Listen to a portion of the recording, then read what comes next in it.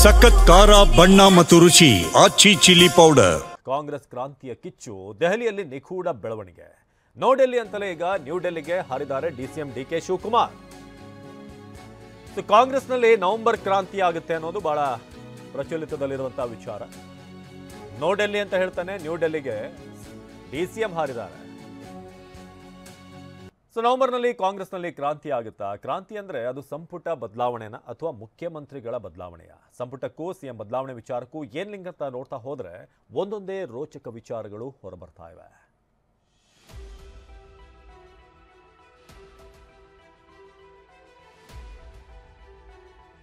November 15ಕ್ಕೆ CM ದೆಹಲಿಗೆ, ನಿನ್ನೆಯೇ high command ಮುಂದೆ DK. ಸಂಪುಟವೋ CM ಬದಲಾವಣೆಯೋ, ರೋಚಕ ಘಟ್ಟಕ್ಕೆ ಕೈಮನೆ ಪಟ್ಟದ ಆಟ. ಅದೇನೋ ಅಂತಿಮ ಹಂತಕ್ಕೆ ಬಂದಿರಬಹುದು ಬಹುಶಃ. ನವೆಂಬರ್ 20ಕ್ಕೆ 2.5 ವರ್ಷ ಪೂರೈಸುವ ಕಾಂಗ್ರೆಸ್ ಸರ್ಕಾರದಲ್ಲಿ ಈಗ ಭಾರಿ ನಿಗೂಢ.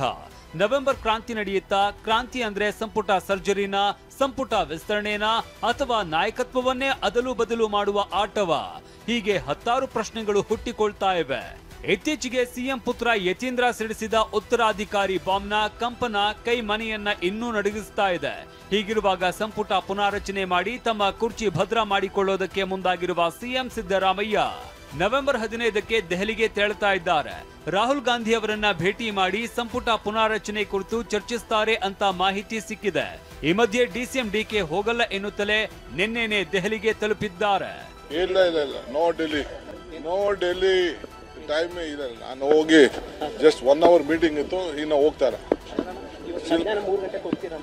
ಇನ್ನ ಇಲ್ಲ ಯಾವ no high command, no meeting. Election is there. We are busy with election. We are busy with Bengaluru. ಕೇಳಿದ್ರಲ್ಲ, ನೋ ಡೆಲ್ಲಿ, ಯಾವ ಹೈಕಮಾಂಡ್ ನಾಯಕರನ್ನು ಭೇಟಿ ಆಗಲ್ಲ ಅಂತ ನಿನ್ನೆ ಬೆಳಿಗ್ಗೆ 11 ಗಂಟೆಗೆ ಹೇಳಿದ್ದ ಡಿಸಿಎಂ ಡಿಕೆ ಮಧ್ಯಾಹ್ನ 1:30 ಸುಮಾರಿಗೆ ದೆಹಲಿ ಫ್ಲೈಟ್ ಹತ್ತಿದ್ದಾರೆ. ಇದು ತೀವ್ರ ಕುತೂಹಲ ಮೂಡಿಸಿದೆ. ಇದಕ್ಕೂ ಮುನ್ನ ಡಿಸಿಎಂ ಡಿಕೆ ಸಚಿವರಿಗೆ, ಶಾಸಕರಿಗೆ ನವೆಂಬರ್ 20ರ ಡೆಡ್ಲೈನ್ ಕೊಟ್ಟಿದ್ದಾರೆ.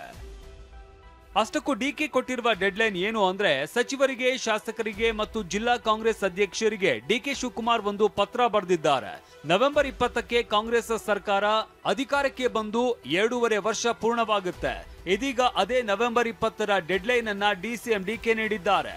ಅದೇನಂದ್ರೆ, ಗಾಂಧಿ ಭಾರತ ಶತಮಾನೋತ್ಸವ ಹಿನ್ನೆಲೆಯಲ್ಲಿ ರಾಜ್ಯದಲ್ಲಿ 100 ಕಡೆ ಸ್ವಂತ ಜಮೀನಿನಲ್ಲಿ ಕಾಂಗ್ರೆಸ್ ಕಚೇರಿ ನಿರ್ಮಾಣಕ್ಕೆ ಶಂಕುಸ್ಥಾಪನೆ ಹಮ್ಮಿಕೊಳ್ಳಲಾಗಿದೆ. ನವೆಂಬರ್ 20ರಂದು ಈ ಕಾರ್ಯಕ್ರಮ ನಡೆಯಲಿದ್ದು 100 ಕಚೇರಿ ನಿರ್ಮಾಣಕ್ಕೆ ಏಕಕಾಲದಲ್ಲಿ ಶಂಕುಸ್ಥಾಪನೆ ಮಾಡೋದಕ್ಕೆ ರಾಜ್ಯಕ್ಕೆ ಅಂದು ರಾಹುಲ್ ಗಾಂಧಿ ಬರಲಿದ್ದಾರೆ. ಹೀಗಾಗಿ ಡಿಸಿಎಂ ಡಿಕೆ ಕಚೇರಿ ನಿರ್ಮಾಣಕ್ಕೆ ಸ್ವಂತ ನಿವೇಶನ ಹೊಂದುವ ಪ್ರಕ್ರಿಯೆ ಮುಗಿಸುವುದಕ್ಕೆ ಸೂಚನೆ ನೀಡಿದ್ದಾರೆ. ಕಾಂಗ್ರೆಸ್ ಕಚೇರಿ ಅನ್ನೋದು ದೇವಸ್ಥಾನ ಇದ್ದಂಗೆ ನಮ್ಮ ಕಾರ್ಯಕರ್ತರಿಗೆ 100 ಕಚೇರಿ ಮಾಡಬೇಕು ಅಂತ ಹೇಳಿ ಗೈಡ್ಲೈನ್ಸ್ ಕೊಟ್ಟಿದ್ದೀನಿ. ಈಗಾಗಲೇ ಸಿದ್ಧತೆ ಆಗ್ತಾ ಇದೆ. ಬಂದು ಒಂದಿನ ಫೌಂಡೇಶನ್ ಹಾಕಿ ಅಂತ ಹೇಳಿದ್ದೇನೆ. ಅವ್ರು ಬರ್ತಾರೆ, ಫೌಂಡೇಶನ್ ಹಾಕ್ತಾರೆ. ಈಗಾಗಲೇ ಕೆಲವು ಕಡೆ ಕೆಲಸ ಶುರು ಮಾಡಿದ್ದಾರೆ. ಡಿಸಿಎಂ ಡಿಕೆ ಹೀಗೆ ಹೇಳುತ್ತಿರುವಾಗಲೇ ಹಿಂದೆ ಸೆಪ್ಟೆಂಬರ್ ಕ್ರಾಂತಿಯ ಬಗ್ಗೆ ಭವಿಷ್ಯ ನುಡಿದಿದ್ದ ಮಾಜಿ ಸಚಿವ ರಾಜಣ್ಣ ಮತ್ತೊಂದು ಹೊಸ ಬಾಂಬ್ ಸಿಡಿಸಿದ್ದಾರೆ. ಸಂಪುಟ ಪುನಾರಚನೆಗೆ ಒಪ್ಪಿಗೆ ಕೊಟ್ರೆ ಸಿದ್ದರಾಮಯ್ಯ 5 ವರ್ಷ ಸಿಎಂ. ಒಪ್ಪಿಗೆ ಕೊಡದಿದ್ರೆ ರಾಜಕೀಯವೇ ತಲೆ ಕೆಳಗಾಗುತ್ತೆ. ರಾಜಣ್ಣ ಬಾಂಬ್. ಸಂಪುಟ ಪುನಾರಚನೆ ಮಾಡುವ ಇರಾದೆಯಲ್ಲಿ ಇರುವ ಸಿಎಂ ಸಿದ್ದರಾಮಯ್ಯಗೆ ಹೈಕಮಾಂಡ್ ಒಪ್ಪಿಗೆ ನೀಡಬೇಕು. ಹಾಗೇನಾದ್ರೂ ಹೈಕಮಾಂಡ್ ಒಪ್ಪಿಗೆ ನೀಡಿದ್ರೆ ಸಿದ್ದರಾಮಯ್ಯನವರೇ 5 ವರ್ಷ ಸಿಎಂ ಆಗಿರ್ತಾರೆ. ಒಂದು ವೇಳೆ ಒಪ್ಪಿಗೆ ಕೊಡದೇ ಇದ್ರೆ ರಾಜಕೀಯ ಬೆಳವಣಿಗೆಗಳೇ ತಲೆ ಕೆಳಗಾಗಬಹುದು ಅಂತ ರಾಜಣ್ಣ ಬಾಂಬ್ ಸಿಡಿಸಿದ್ದಾರೆ. ಸಿದ್ದರಾಮಯ್ಯನವರಿಗೆ ರೀಶಫಲ್ ಮಾಡಕ್ಕೆ ಹೈಕಮಾಂಡ್ ಒಪ್ಪಿಗೆ ಕೊಟ್ಟರೆ ಅವರೇ 5 ವರ್ಷ ಇದ್ದಾರೆ. ರೀಶಫಲ್ ಮಾಡಕ್ಕೆ ಒಪ್ಪಿಗೆ ಕೊಡದೇ ಇದ್ರೆ ಮುಂದೆ ಏನಾಗ್ತದೆ ಅಂತ ಯಾರು ಹೇಳಿಲ್ಲ. ಹೈಕಮಾಂಡ್ ನಲ್ಲಿ ಅವ್ರಿಗೆ ರೀಶಫಲ್ಗೆ ಅವಕಾಶ ಕೊಡ್ತಾರೆ, ಪರ್ಮಿಷನ್ ಕೊಡ್ತಾರೆ. ಅವ್ರಿಗೆ 5 ವರ್ಷ ಇದ್ದಾರೆ. ಅವ್ರಿಗೇನೋ ರೀಶಫಲ್ ಮಾಡಲಿಕ್ಕೆ ಅಥವಾ ಎಕ್ಸ್ಪಾನ್ಷನ್ ಇನ್ನೊಂದು ಏನೋ ಅವ್ರ ತಲೆಯಲ್ಲಿ ಏನಿದೆ ಅದನ್ನು ಮಾಡಲಿಕ್ಕೆ ಹೈಕಮಾಂಡ್ನವರು ಅವ್ರಿಗೆ ಒಪ್ಪಿಗೆ ಕೊಡದೇ ಇದ್ದಾಗ ಆಗ ಪೊಲಿಟಿಕಲ್ ಡೆವಲಪ್ಮೆಂಟ್ಸ್ ಇನ್ಎವಿಟಬಲ್ ಅಂತ ಆಗ್ತದೆ ಅಂತ ನನ್ನ ಒಂದು ಅಸೆಸ್ಮೆಂಟ್ ಅಷ್ಟೇ, ಯಾರು ಹೇಳೋದು. ಇತ್ತ ಸಿಎಂ ಸಂಪುಟ ಪುನಾರಚನೆ ವಿಚಾರವಾಗಿ ಸಿದ್ದರಾಮಯ್ಯ ಹೈಕಮಾಂಡ್ ಕಡೆ ಬೊಟ್ಟು ಮಾಡಿದ್ರೆ ಡಿಸಿಎಂ ಡಿಕೆ ಅದು ಸಿಎಂಗೆ ಬಿಟ್ಟ ವಿಚಾರ ಅಂದಿದ್ದಾರೆ. ಆದರೆ ಸಚಿವ ಸತೀಶ್ ಜಾರಕಿಹೊಳಿ ಸಂಪುಟ ಪುನಾರಚನೆ ವಿಚಾರ ಅಂತಿಮ ಹಂತಕ್ಕೆ ಬಂದಿರಬಹುದು ಎಂದಿದ್ದಾರೆ. ನೋಡಪ್ಪ, ಹೈಕಮಾಂಡ್ ಅವರು ನಾವು 2.5 ವರ್ಷ ಆದಮೇಲೆ ಮಾಡ್ತೀವಿ ಅಂತ ಹೇಳಿದ್ದು. ಅವ್ರು ಹೈಕಮಾಂಡ್ನವ್ರು ಏನು ಹೇಳ್ತಾರೆ ಮಾಡಬೇಕು ಅಂತಂದರೆ ಮಾಡ್ತೀವಿ. ಹೈಕಮಾಂಡ್ನವರು ಕ್ಯಾಬಿನೆಟ್ ಈಗ ಒಂದು 3-4 ತಿಂಗಳಿಂದ ಕ್ಯಾಬಿನೆಟ್ ರೀಸಫಲ್ ಮಾಡಿ ಅಂತ ಹೇಳ್ತಾ ಇದ್ರು. ಅದಕ್ಕೆ ನಾನು 2.5 ವರ್ಷ ತುಂಬಲಿ, ಅದಾದ್ಮೇಲೆ ಮಾಡೋಣ ಅಂತ ಹೇಳಿದ್ದೆ. 2.5 ವರ್ಷ ತುಂಬುತ್ತೆ, ಅದು ನೋಡಿ ಮಾತಾಡ್ತೀನಿ ಅವ್ರ ಜೊತೆ.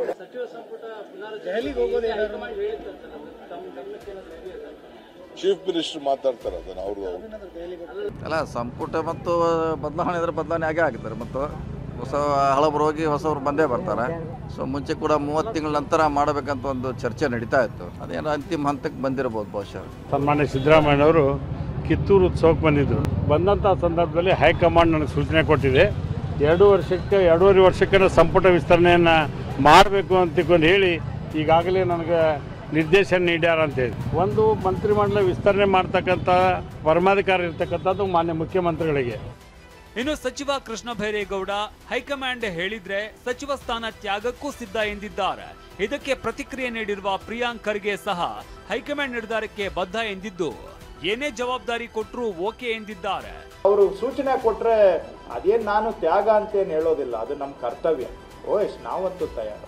ಯಾರು ಪಕ್ಷ ಯಾವಾಗ ಏನು ಸೂಚನೆ ಕೊಟ್ಟರು ಆ ಸೂಚನೆಗೆ ನಾವು ತಯಾರು. ಎಲ್ಲರೂ ಹೈಕಮಾಂಡಿಗೆ ಬದ್ರಲ್ಲ. ಈಗ ಎಲ್ಲ ಸೀನಿಯರ್ MLAs ಇರ್ಬೋದು, ಮಂತ್ರಿಗಳಿರ್ಬೋದು, ಎವ್ರಿಬಡಿ ಪಾರ್ಟಿ ಏನು ಹೇಳುತ್ತೆ ಅದನ್ನು ನಾವು ಮಾಡ್ಕೊಂಡು ಬರ್ತೀವಿ. ಅಲ್ಲ ಸರ್, ಪಕ್ಷ ನಿರ್ಧಾರ ಎಲ್ಲರೂ ಪಾಲನೆ ಮಾಡಲೇಬೇಕಾಯ್ತು. ಅದು ಅವ್ರು ಹೇಳಿದ್ದು ಎಲ್ಲರೂ ಪಾಲನೆ ಮಾಡಬೇಕಾಗ್ತೈತೆ. ಸೊ ಯಾರಿಗೆ ಬಿಡ್ತಾರೆ ಅವರು ಪಕ್ಷದ ಕೆಲಸಕ್ಕೆ ಹೋಗಲೇಬೇಕು. ಯಾರು ಮಂತ್ರಿ ಆಗಿರ್ತಾರೋ ಅವ್ರು ಮಂತ್ರಿಯಾಗಿ ಕೆಲಸ ಮಾಡ್ತಾರೆ ಅಷ್ಟೇ.